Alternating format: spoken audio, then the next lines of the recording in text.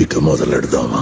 25కి 25 MP స్థానాలు మనమే తెచ్చుకుందాం. ఆ తర్వాత ప్రత్యేక హోదా ఎలా రాకుండా పోతుందో కూడా గట్టిగా చూస్తామని చెప్పి కూడా చెప్పండి. మన ప్రభుత్వంలో పూర్తిగా మద్యాన్ని నిషేధిస్తాం అని చెప్పి గట్టిగా కూడా చెప్తాం. నా సిపిఎస్ మనం అధికారంలోకి వచ్చిన వారంలో చేపించేస్తానన్నా. ప్రతి సంవత్సరం జనవరి 1వ తారీఖున ప్రభుత్వ ఉద్యోగాల భర్తీకి క్యాలెండర్ కూడా విడుదల చేస్తాను అని చెప్పి మీ అందరికీ కూడా హామీ ఇస్తా ఉన్నా. 200 యూనిట్ల వరకు మీకు కరెంటు ఉచితంగా ఇస్తామని చెప్పి మీ అందరికీ కూడా చెప్తా ఉన్నాం. ప్రాజెక్టు 2021 జూన్ నాటికి కంప్లీట్ చేస్తాము. ఖరీఫ్ 2022 నాటికి నీళ్లు ఇచ్చే పరిస్థితి తీసుకొని వస్తానని కూడా ఖచ్చితంగా కూడా చెప్తా ఉన్నాం. 2023 ఖరీఫ్ కు కల్లా ఈ ప్రాజెక్టు పూర్తి చేస్తామని చెప్పి చెప్తా ఉన్నాం. 2025 ఖరీఫ్ కల్లా ఖచ్చితంగా గోదావరి పోలవరం ప్రాజెక్టు పూర్తి చేసి సమగ్ర సప్లాన్ చట్టాన్ని చట్టబద్ధంగా తీసుకొస్తామని చెప్పి హామీ ఇస్తా ఉన్నాము.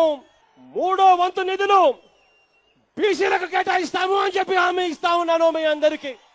ఇలా ఉట్టి బీసీలకే 139 కార్పొరేషన్లు పెడతామని చెప్పి మీ అందరికీ హామీ ఇస్తా ఉన్నాం. పంట వేసే ముందే పలాని రేట్లకు కూడా పలాని రేట్లు అని చెప్పి రేట్లు కూడా ప్రకటిస్తాం. గిట్టుబాటు ధరకు గ్యారంటీ ఇస్తాం. విజయవాడలో క్యాపిటల్ సిటీని పెట్టడం మనస్ఫూర్తిగా మేము ఆహ్వానిస్తున్నాం. ప్రతి కాపు సోదరుడికి నేను ఇవాళ హామీ ఇచ్చి చెప్తా ఉన్నాను. చంద్రబాబు నాయుడు గారి 5 సంవత్సరాలలో ఏదైతే కాపు కార్పొరేషన్ కోసం నిధులు ఏదైతే కేటాయించాడో ఆ నిధులకు రెట్టింపు నిధులు కేటాయిస్తాను అని చెప్పి మీ అందరికీ కూడా హామీ ఇస్తా ఉన్నా.